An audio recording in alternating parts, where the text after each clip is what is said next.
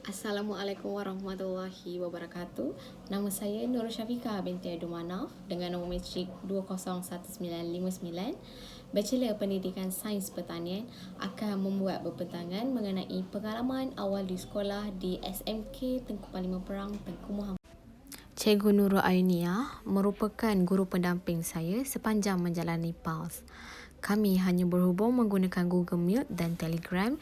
Ini kerana SMK Tengku Panglima Perang Tengku Muhammad tidak membenarkan guru untuk berada di sekolah. Cikgu Ainia merupakan guru mata pelajaran sains dan biologi bagi tingkatan 3 dan 4. Seterusnya kita akan melihat latar belakang sekolah. Untuk pengetahuan semua, SMK Tengku Panglima Perang Tengku Muhammad telah ditubuhkan pada 12 Januari 1989. Nama sekolah ini diambil sempena nama ayahanda mentua kepada Sultan Pahang, Sultan Ahmad Shah, iaitu Tengku Muhammad Panglima Perang. Seterusnya terdiri daripada 4 buah blok yang mempunyai 3 tingkat dan 34 bilik darjah. Panglima Perang juga menawarkan kelas pendidikan khas iaitu masalah pembelajaran dan penglihatan serta kelas tingkatan 6.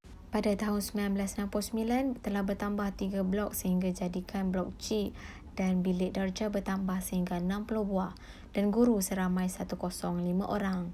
Pada 2018, Panglima Perang telah melaksanakan program DLP iaitu Dual Language untuk menengah atas.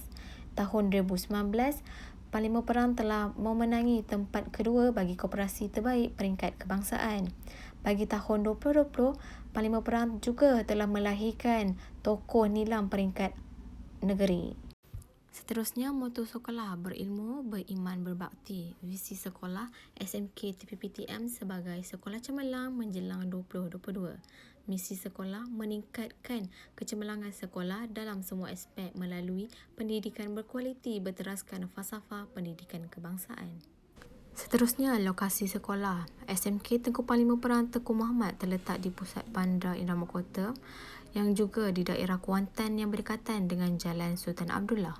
Berdekatan juga dengan kemudahan awam seperti bank, kedai makan dan sebagainya. Dan sekolah ini berhampiran di jalan besar yang memudahkan ibu bapa untuk menghantar dan mengambil anak mereka. Seterusnya merupakan beberapa infrastruktur sekolah yang ada di SMK Tengku Panglima Perang Tengku Muhammad iaitu Pejabat Pentadbiran yang berada di Blok A, Dewan Sekolah, Surau Asyakirin, koperasi yang mempunyai 2 cawangan iaitu di depan dan juga belakang, lokal sekolah dan pondok ilmu yang memberikan informasi kepada pelajar. Seterusnya kita akan masuk kepada proses PDPR secara dalam talian. Berikut merupakan alat bantu mengajar dan bahan bantu mengajar yang digunakan oleh guru sepanjang PDPR. Yang pertama adalah Google Meet sebagai tempat berkumpul dan tempat menjalankan proses PDP.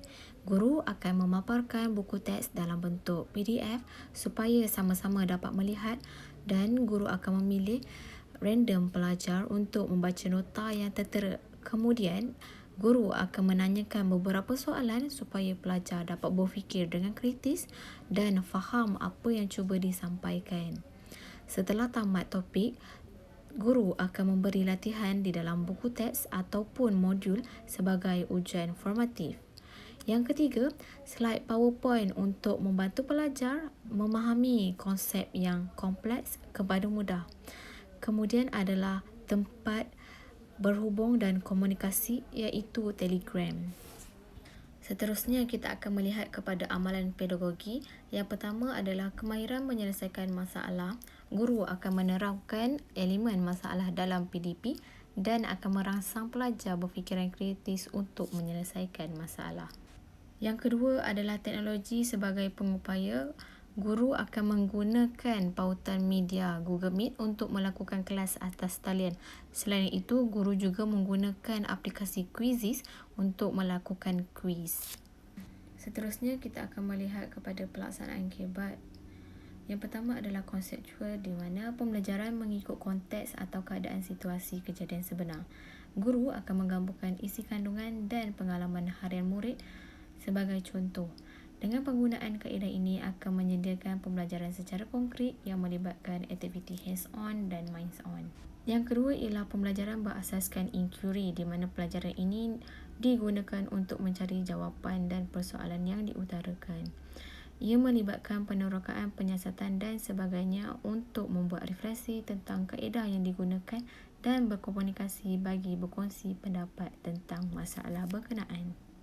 Seterusnya, merancang rancangan pengajaran harian berdasarkan RPT yang telah disusun dan jadual waktu PDPR supaya kandungan kokurikulum dapat disampaikan secara optimum.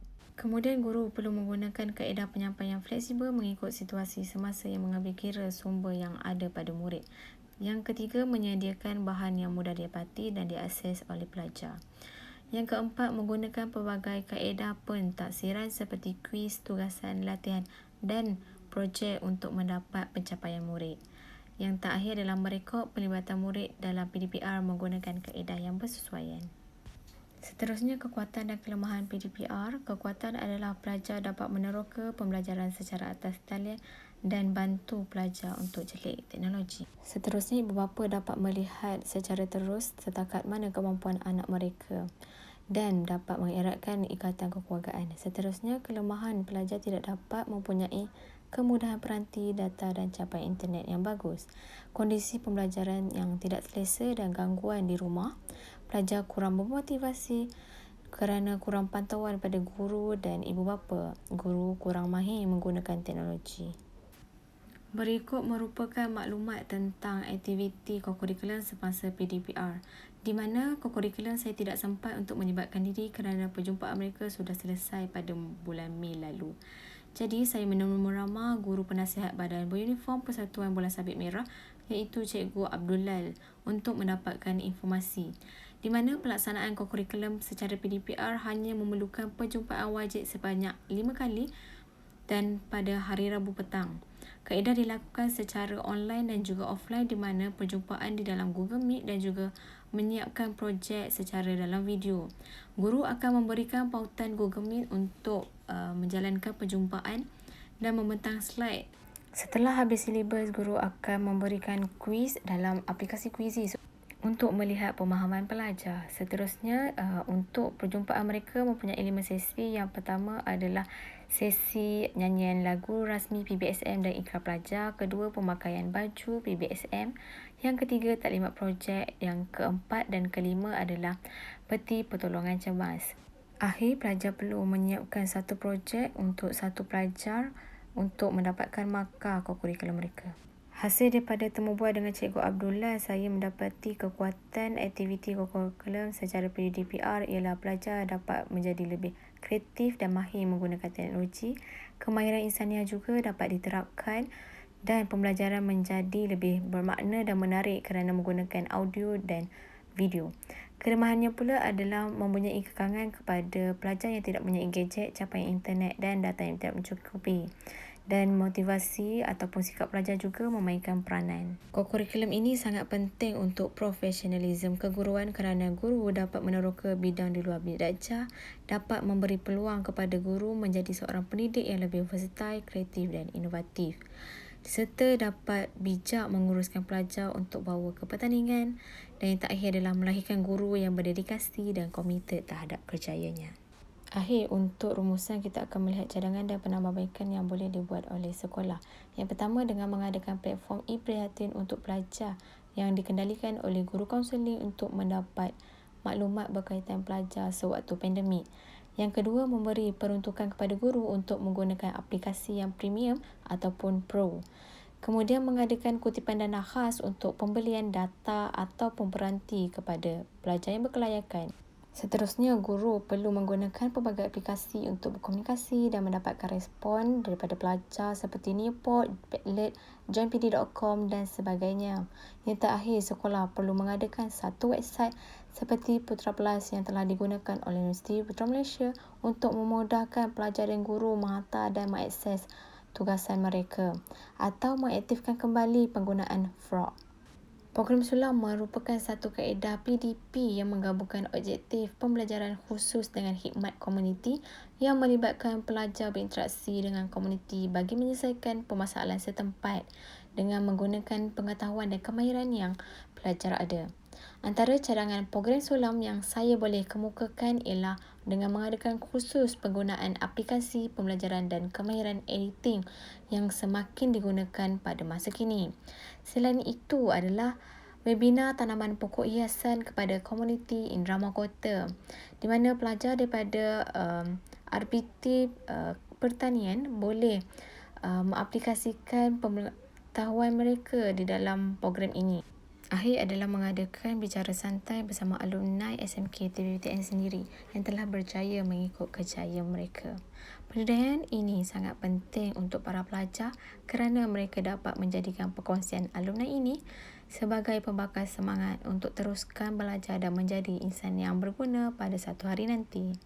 Berikut merupakan gambar sesi temu bual bersama PK Koko, PK Hem, guru panitia dan alumni SMK Tengku Parlimen Perang Tengku Muhammad secara atas talian. Pada keseluruhannya, PALS ini sangat bagus untuk bakal guru kerana ia memberi pendedahan awal kepada saya bagaimana PDPR dijalankan dan mengetahui suasana sekolah. Secara tidak langsung, saya dapat melihat guru pendamping saya untuk menyediakan RPH, menerapkan amalan pedagogi abad ke-21, mengetahui budaya sekolah dan budaya kerja di SMK Tengku Parlimen Perang Tengku Muhammad dan kaedah aktiviti kokurikulum yang dijalankan sepenuhnya atas talian. Ribuan terima kasih saya ucapkan ke atas SMK Tengku Parlimen Perang Tengku Muhammad kerana sudi menerima saya untuk menjalani PALS selama 10 hari. Tidak lupa juga kepada guru pendamping saya iaitu Cikgu Nur Ainia kerana sudi memberi tunjuk ajar dan nasihat kepada saya untuk menjadi seorang bakal guru yang sangat baik pada masa akan datang. Tidak lupa juga kepada penyelia, penyelaras dan staf sokongan PALS kerana telah bertungkus lumus untuk menjalankan subjek ini dengan jayanya. Sekian, terima kasih.